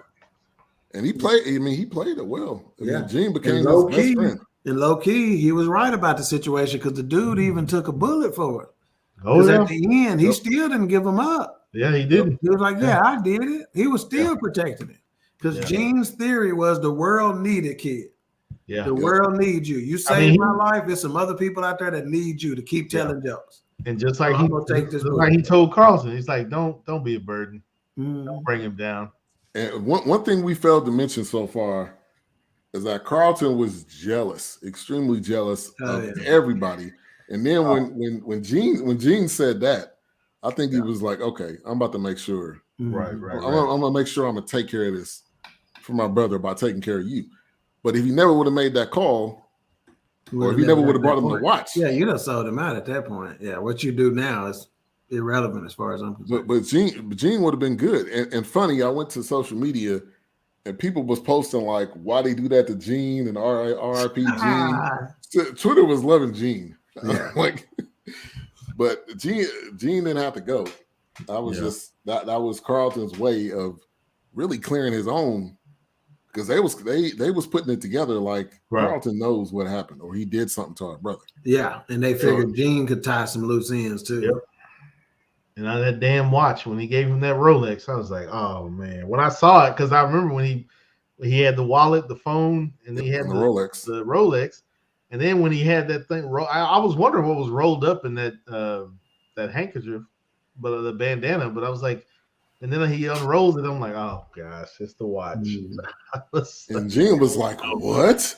Because I saw him take the watch, but I forgot about it. Yeah, I saw him take it, but I didn't. Yeah. I slipped my mind that he had it. I was like, oh no, there's the watch. So I was like, Gene is done at this point. And basically he waited. So I guess he called the brothers. Yeah, he called the brothers and was like, okay, I think I know somebody that can tell you something. I don't even think he said that I think I know who did it, did he? Carlton, no, he said somebody called him and told him about Gene. Yeah. Which then when they walked in and they seen the watch. But for me, come on, I think the brothers was reaching a little bit. You really think this scrawny little stalker killed Gene? Could have killed their brother? Like, give him up, man. Who did this? Where you get the watch, man? I think they were trying to find. They were trying to take it. Even they said it. Carlton knows something. Yeah. Mm-hmm. After they killed Gene, but I'm like, I think they just needed somebody to take their frustrations out on. And Gene was weak, but then I think when he said, "Yeah, I did it," they were like, "Okay, let's just go ahead and kill this dude, and we'll figure out what's going on." Out of here. Oh, and then was it? Oh no, that was later on when they watched another video, because there was a TMZ post, and they saw him in the background. They were like, "Oh, get it, let's go get him." They found out that they knew each other because they had been operating on the premise that he did not know them. Right. Yeah. But Carlton was nervous because they had Carlton ride with them to their mom to take him out. Yeah, he said they were crazy. He didn't know what they knew at that point. Right. Yeah. And then I was at some point I'm like, man, this body count. I was not expecting this body count. There was like the dude that they tortured in the warehouse. I mean, that guy's name was guys they tortured in the warehouse. That dude's name was Ray or something like that. The first video, they had some other guy there, though. Yeah. Remember, they had another video. on his phone that they had tortured before him. Yeah, I'm thinking like, man, I was not expecting this as well. I thought maybe one death. Now we had like 7 at this point. So yeah, that was so the brothers started figuring out, okay, 4 seasons. Yeah. That's when I'm starting to think like, okay, we getting close to episode 6. Mm-hmm. Something's about to go down, and maybe they're about to figure out. Honestly, at this point, I thought Carlton was going to die for his brother because he was the one that set the whole thing up from the jump. Yeah. Was that what I was thinking? This is when I called Mayhem. I called you first. Yes. You didn't answer. Ben didn't answer. Then I called Mayhem. Mayhem answered. Yeah. And I said, just remember the time. We ain't got time to talk. And I can't tell. Well, I asked you first. Where were you at in right? Exactly. So I could know how much I could talk about. And you were like, I'm still on episode 2 or something like that. Yeah. And I said, well, just note the time then. Yeah. And I got out the phone. I said, it's 8:37. I hung up. By the time I got HRap on the phone, I said, hey, where you at in this? And he said the same thing. Oh, I've only got 1 episode in. I said, just remember the time. Yeah. I was calling to tell them that girl ain't dead. I'm right here. I ain't with you. This girl ain't dead. I need y'all to know that I know. Yeah. I was like, what? And they were like, well, why are you? I can't tell you why I'm telling you to remember the time. I was like, what's going on? I was like, what's going on? I thought Dawk killed somebody. I was on the phone with Dawk. Yeah. Man. Yeah. I knew that girl wasn't dead right there. Yeah, I knew she wasn't dead. No. I thought she was dead. Until she popped up. As soon as he went to the phone, I was like, oh no.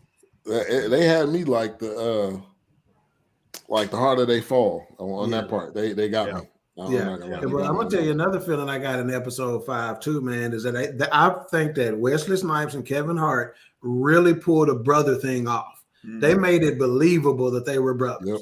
They acted just like what I would see in that situation. Right, definitely. And Kevin Hart does have an older brother, and I don't know what their relationship was like, but they did a great job. They pulled it out, man. No matter how much they didn't see eye to eye, or they fought, or they did what they out, do, I mean, they stuck with it. They stuck in there. And then I'll say the supporting cast too, man. I don't think I've ever seen a guy Hirsch. I don't think I've seen him act before. That dude was. I hadn't seen him in anything. Yeah, he looked familiar, but he may have had a small role, but he didn't. His manager, he played that role well. The joke writer, I mean, she did well too. Yeah, she was a little too sassy. Like when he was trying to apologize to her, and she was still being said. He says, "Okay, I guess you don't want to open at the Madison Square Garden." I never said that. Yeah. I never got to that point because she was being too feisty. And she was not that funny.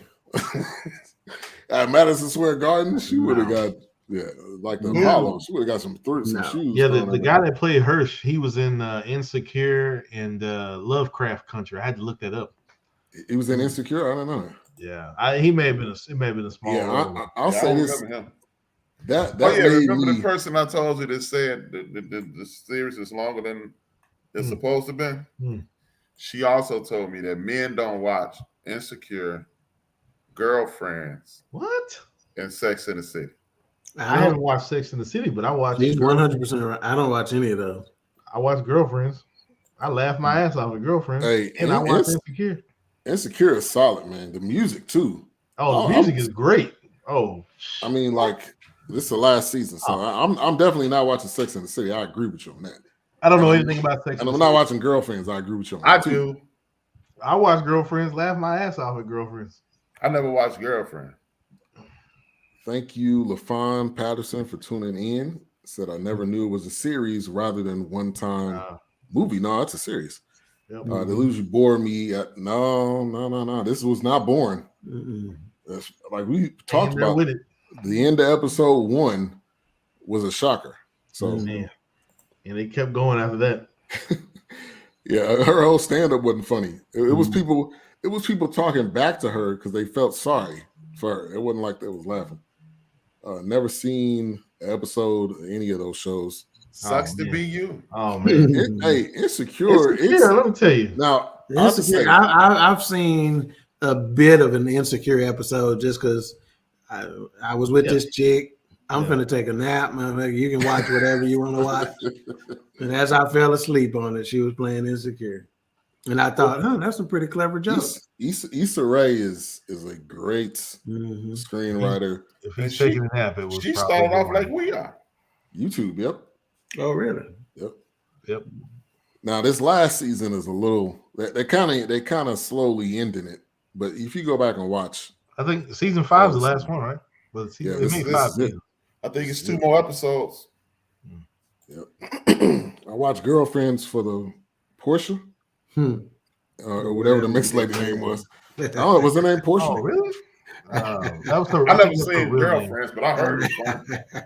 Bigger than that. It's funny to me. I'll try. Go ahead and try. Watch that. You gotta do us a favor, everybody. If you have not seen it, you gotta watch the full episode 1. If from there you say you don't want to watch it no more, then okay. But you gotta watch to the end of the episode. episode. I never watched Insecure yet. I mean, if you watching it by yourself, I don't know. But if you watching it with your girl, maybe it's kind of hard to get people in jail to watch Insecure. Wow. The main chick from Insecure is fine though. You talking about Issa Rae? Issa Rae. Yeah. You know that one lady I don't like natural kind of way. That one lady I can't think her name on Insecure. The light skin girl. The one who's married. She's her character. I can't stand her in any scene. And people got mad at her because she was an AK. They mad at her because she's a bad actor. I mean, she's not a bad actor, but her role is horrible. She's annoying. Period. She's killing it. Maybe in real life. She is real life. The killings were certainly over the top, but so much of this was like real life. I truly got confused at the beginning of every episode with the title popped up. True story. Yeah. I mean, it had you going around. Oh, yeah. The big girl is Big Chop is funny. She need to do a stand-up because that girl is hilarious. So yeah, every episode it threw you off. Now going into so they started going to the 4 seasons, which I started to think the brothers are going to figure something out, which was going to in turn put one of them in jail and one of them was going to die. And actually, neither one of them died from the brothers. So was y'all thinking the brothers was getting close to something happening? Yeah, but I never expected the brothers to exact revenge on Wesley Snipes. Maybe Carlton, but not Kevin Hart. Yeah, right. I never figured he was in danger of going down. I figured Carlton might die. Watching Insecure is like a dude riding around listening to Beyonce with no chicks in the car. Right. How would he know? Wow. It's in the single ladies. No, he been locked up for 8 years. All right, episode 6, the things you do for family. Which I think in episode 6, Gene basically took the rap. Or was that 5? No, that was the end of 5 when Gene. No, that was the end of the. No, that was things, 6 is the things you do for family, and I think that's a situation to saying, I've given this dude probably $3 or $4 million. I done bailed him out of several things, and look at what he's about to do to me. Right. Yeah. Or look at what he's already done to me. Yeah. And Kid at this point, Kid is starting to really put it together. Like, okay, I think he probably found the phone. They went out, and that's when he was really starting to figure out, like, okay, I got set up by my own brother, the one that says, I got your back and I'm looking out for you and all of this. And that's when the cover was pulled off, and you could tell the kid was set up. And that was like, wow, that was the wow moment. Like, oh. Yeah, I didn't see that coming. I'd have to say, I mean, you knew it was something there, but I didn't expect the way it turned out. I was like, I'm like, dude, you went the whole something. You went the whole roundabout way to get that money. If you was doing that just for money, let me set my brother up. You could have sold you could have sold the restaurant or the building to get money. The things you do for money could be a double entendre too, because it could mean the brothers. Look what they did for money. Yeah, they did that for their brother. Number things you do for family. Yeah. They just went around shooting and killing people for their brother. Right. They ain't even know who did it. And rewind back, the guy that they were torturing was about to say something about the Four Seasons, but he never got it out because he ended up securing the guy. Yeah, hell, I feel like Gene even changed this story. Like he wasn't gonna say anything, and then he started saying, "Oh, his name's Ari." It was Ari. He didn't understand where he should have played at that point. Yeah, he was still trying to figure out what they knew. He's still trying to put this together. He hadn't connected it to Kevin Hart and to Wesley Snipes at this point, to Kid and Carlton just yet. He's still trying to figure this out. You can tell the moment it clicked. Yeah. And that's when he's like, yeah, I sure did. I did it, because he knew he had to protect him at that point. Right. Yeah. Exactly. Now, do you think, which I think a lot of it was jealousy, but was Carlton really just trying to cover his own behind at the point with the Gene? So because he hated Gene. Because he felt like Gene was getting more love than he was. He was trying to cover his, but it wasn't jealousy to me. I think it was a little bit of both. Yeah, I think he was just trying to. Yeah, because the way when he went back and he went to that guy's page, he went to Gene's page. Yeah, the way he was looking at, they were on the red carpet and the premiere, and I kind of got that feeling that he was jealous at that moment, but then he was like, I still gotta get rid of this guy. Yeah, I still feel.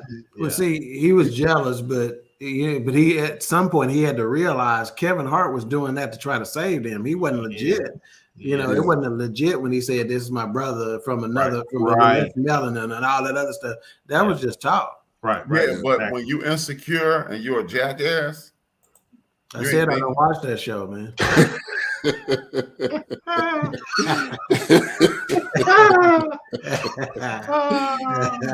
But he was getting to the point. He was like the side chick watching the main chick going to all this stuff, and he was like, "Why can't I go?" Yeah. Even though he's been supported by his brother, but still, the jealousy was ugly. Mm-hmm. All right, so episode 7, like Cain did Abel. Man, that was the title. The title of our titles right there. Yeah. Hey, this person's back. I already blocked this person. Hey, guess who's back? Guess who's back? Back again.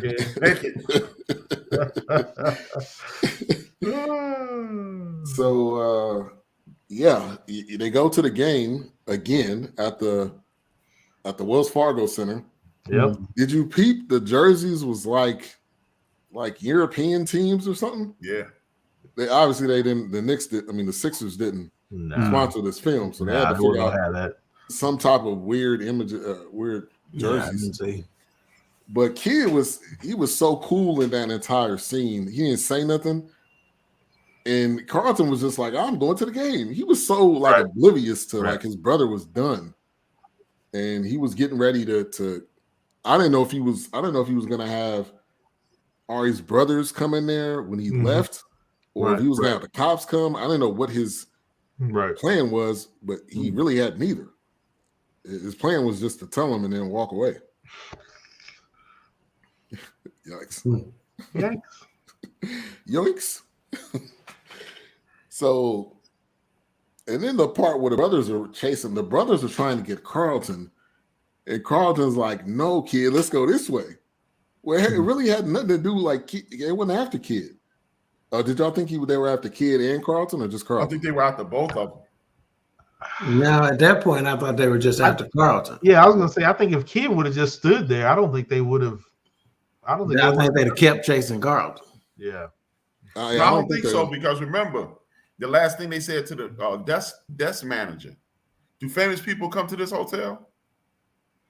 Yeah, but they never got the cameras. They were supposed to have been checking the tapes, though. They never got to the security cameras, I don't think.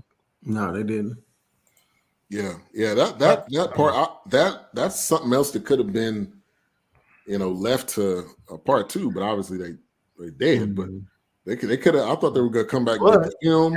But now that this comes up, I go back to that TMZ video because it showed Kevin Hart, Gene, and Carlton same video. So they probably just said, "Well, both of you know something. Get them all.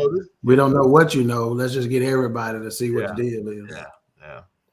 Yeah. Golden. That's called It's called spam. Spam. That's all it is. Yeah. Or YouTube's got a bunch of them. Yeah, it could be a bot. Mm-hmm. It could be. So they end up going. We're about 10 minutes over too, Ben. Just FYI. Yeah. My camera was acting stupid there for me. Yeah, we go wrap it up. So they're at the game. They end up trying to chase him down. And it'd be kind of a bang play. They all, but I didn't think he was gonna kill his brother. Did y'all think that? Oh no, I did not see that. No, Very completely. Did not see that. Now the brothers was gonna be dead no matter what. I figured that.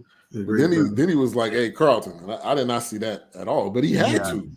I think he had to, or else these same situation. He didn't trust Carlton to tell the right story at the end. Right. Because Carlton would have had to try to say they were after me because of this or that. And he's sitting there thinking, am I going to really count on this dude to stick to whatever story we come to? It's like he said in the beginning. On Friday the 13th. Yeah, because like he said in the beginning, they'll arrest me, and I'll take the hit. Because off my name. Yeah. Yeah. But now I got no loyalty to you because you set me up. So. Yeah. And then probably Kevin Hart with the best acting he might have ever done. That when he was crying, that's my brother, man. Mm-hmm. Kevin Hart is going up the list. He may be going up. He even said him. He even pulled him up on his lap like he found him. Yeah. And touched his chest to get a little blood in his hand, like that's what you did when you found him. So I feel like I'm being talked about, but I'm secure in my manhood. I watch all them shows.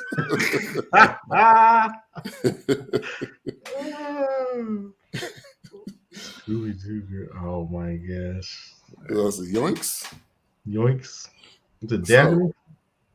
So kid, he gets out of it. He gets out of it at that point, and I mean, it's at that point it's over. Everybody's dead as far as we know. I mean, and it comes to the end, and Hirsch is like, "All right, man, what is it, man? You got to tell us what this is." Oh, Hirsch ends up getting shot in the whole thing. So I'm like, Hirsch can't die, man. Hirsch was too solid of a guy until the last 5 minutes. But so they get to the last couple minutes, and he tells everybody, and Sid, I thought Sid was going to be like, all right, man, you've been talking to me, y'all. So I thought both of them was to be like, okay, we need $3 million each, which would equal to $6 million. But I think Hirsch was just done. He was done with being talked at and done with getting in these situations. Right. And I think that was just like, I don't know if it was blackmail. It was more like, I need you to pay me this money. You were about to give it to some random person.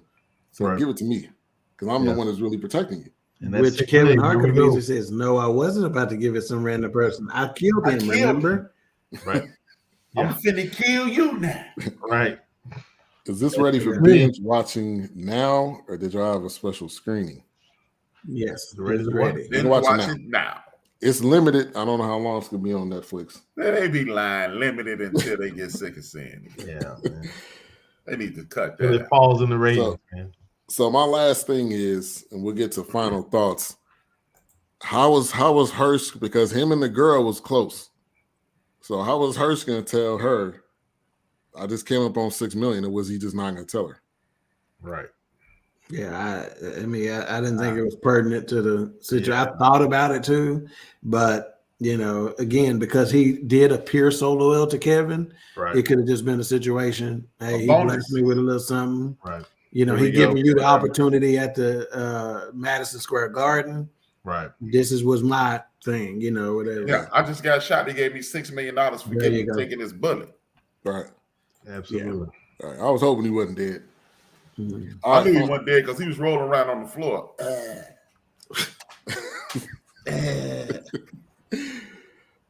All right, so she was about to do her own thing. That's true.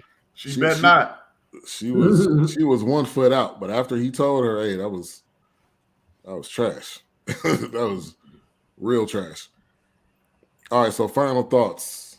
Dawk, we'll go to you first. Yeah, as we've stated, like I said, in fact, let me just go back and say what I wrote. My third note was, will this make me feel like the Jordan documentary, The Last Dance? Meaning, is this Kevin Hart's last dance? Because again, I had no idea where this was going to go or how it was. And I just wanted to know, would this make me feel even better about Kevin Hart or feel better about Kevin Hart? For me, Michael Jordan, it made me feel even better about Michael Jordan. So I'm like, will this help Kevin Hart in my eyes? I didn't know it would in the way that it did. It did, but it was not in a self-promoting way.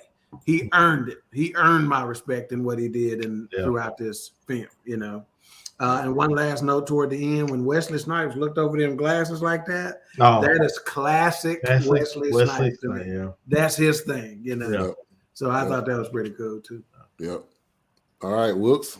Yeah, like I said, I went into it because I'm not going to be disappointed. No, I'm going to be disappointed. Yeah, I went into it expecting to be disappointed, and I have to say I am truly wrong. I wouldn't mind to see him in more. Or mind seeing him in more serious roles or, you know, anything else. But, you know, I know comedy is his thing, but I like this a lot. I mean, like I said, after watching very clever like this and Alfred Hitchcock movies and things that have a twist and stuff like that, I enjoyed it. Thought it was good. Yeah.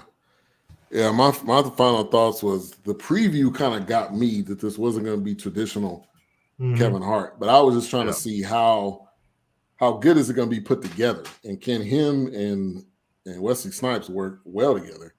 So that was kind of my thing, but it over exceeded my expectation. I'll definitely say that. Well worth watching, binge watching it for sure. HRap. I loved it. Everything seemed to be great. I mean, I don't know if I'll watch it again because it's six pieces. Yeah, I wouldn't. But I would watch it. I mean, man, I really enjoyed it, man. Great writing, great acting. The story was done extremely well. Right. And big ups to Kevin Hart, man. I honestly believe he's going to start transitioning into these roles because, as Will said earlier, you can only be the buffoon for so long. Right. Oh yeah, yeah. And then, you know, maybe Jimmy got sold next. And you're paying attention to the way he's positioned himself as The Rock's best friend.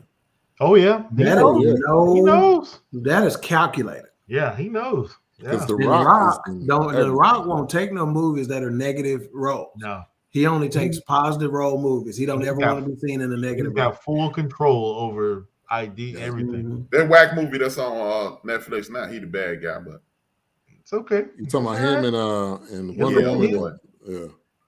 That's okay. It's all right. I wish I had more thumbs. Hey, that's okay. He'll take it.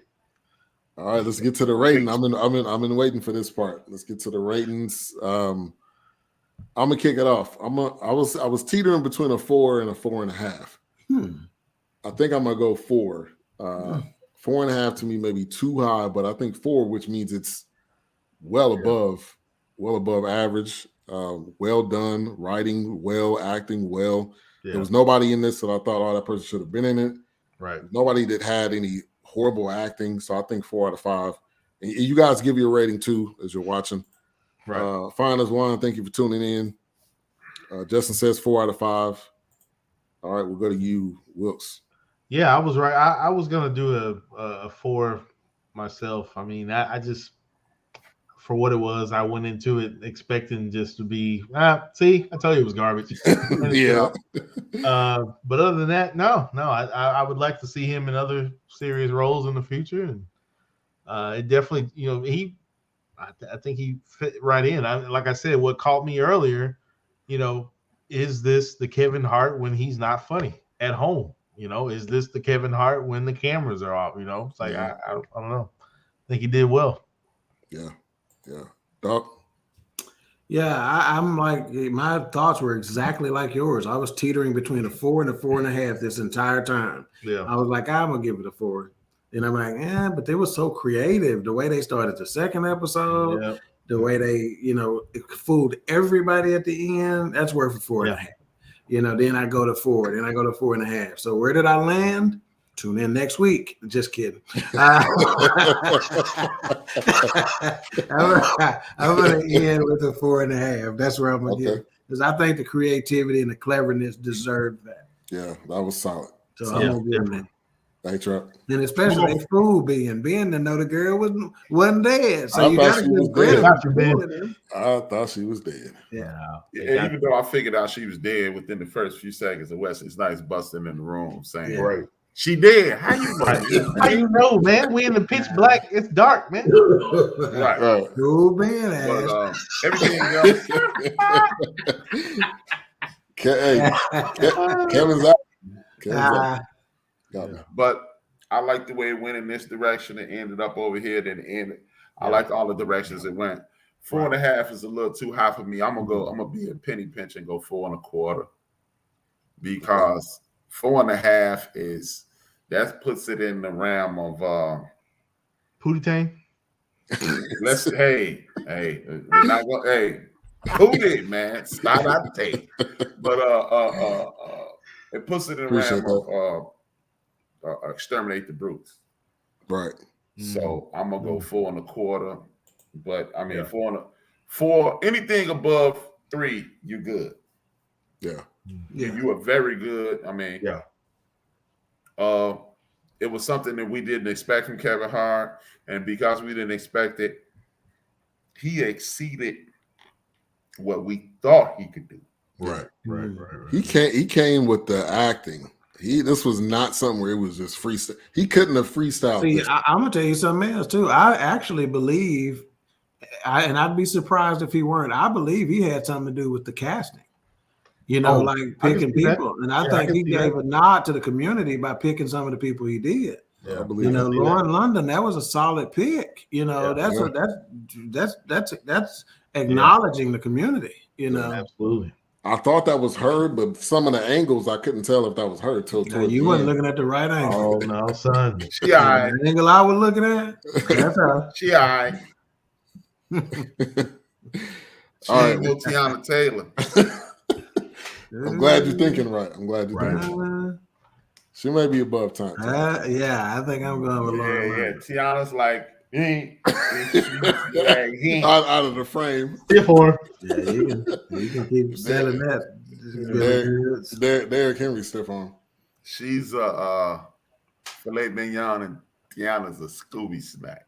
Wow. Okay, ladies and gentlemen, if you believe this, I got some swamp land in California. I can sell you on the low. I'm just saying, compared to Lauren, being your girl's a school. Lauren ain't no shit. Okay. Nah, Lauren is killing. She look like she got a little gut. I like them thick. All right. What we got coming up tomorrow, Doc? Soul Ties. Queen 3 and King. Soul Ties is the topic. It ought to be a good one. And I know as soon as you mention that term, that phrase, your head go a whole bunch of places. So that's what I expect it to be. Awesome. HRap? Tomorrow is my 6th anniversary of being the Grand High Exalted, Never Faulted, the Mystic, Majestic, Left, Right Kid, also known as HRap, giving it to you. Tomorrow's show is big on the future. I got a guy who's coming on who he is a cryptocurrency guy. I'm gonna give pretty much an intro to cryptocurrency, and then I'm gonna talk about the Build Back Better plan and this $1 trillion infrastructure plan, and how we need to be moving in circles so we can get some of that bread. Most municipalities in America have laws that are set up for minorities. And, you got a lot of towns in Mississippi, Alabama, Texas, that are rural towns, but they are primarily Black. So those towns have horrible, if not to bad, internet connection. So fiber optics is an option for us as well. So, and then when you lay that fiber optic cord, you have to be able to maintain that fiber optic cord. And this puts people in financial stability, put them in a financially stable situation. And I'm gonna give a couple of ways to go about getting into that those businesses, and just continue to. I'm gonna celebrate my show. I'm a cryptocurrency guy, and I'm gonna talk about how all this money is gonna be floating around next year. Yeah, and it is time for us to grab hold to it. Look, And then I'm gonna talk about media and the BS that they are on. Like you only hear what Joe Biden isn't doing. You only hear about what the racists are doing. Yeah, it's things are going on while you're looking at Joe Biden, Jussie Smollett, and Donald Trump. These people who are in control are getting richer. There's no reason for the people in Congress. Look, as I stated last week, 300 plus seats are up. Everybody in the House of Representatives is up for election next year. Everybody. 38 senators are up for re-election next year. There's no the reason underserved communities, Black, white, Latino, Asian, indigenous. The reason you're underserved is because you have millionaires looking out for you. Listen to that. You're poor and you have a millionaire looking out for your best interest. That traditionally doesn't go hand in hand. Don't add up. So talk about that tomorrow. Reddick somebody owe him an hour and 20 minutes. I don't know who. Gotta be HRap. All right. Well, next week on the docket, I think we have Bruised. Yeah. Bruised. Directorial debut, I believe. We're going to check that out. Of the Cowboy Lady. The Cowboy Lady? Because before this, she couldn't play dead in the Cowboy movie. Is she gonna say "make me feel good" in this one? Well, she did in that scene I saw, so I guess not. Shit! Another monster ball moment. Hey, I do got a moment for you. She slobbed down this dark skin chick. Okay, let's go. All right, HRap. Let's go. Y'all already know. Thank y'all for tuning in. Everybody in the chat rooms. Everybody who played the background and did just listen and participated. Thank you, thank you, thank you. Subscribe to BS3 Network on Roku, on Twitch, on Twitter, on Facebook, on YouTube. Mind your business, mind your business. Hey, I thought she was on Twitch too. I'm on Twitch too. I thought she had off too. But and yes, I do every week. I salute the Podfather, Reggie O'Shea, by saying dream those dreams and man up a woman up and live those dreams. Because life without dreams flows in black and white. Life with dreams flows in technicolor surround sound. And I salute my man Craig Smith by saying, if I owe you something, I ain't got it. And if you need it, get it from God. Get it from God. Know it. Peace, y'all. See y'all next week. We'll see you.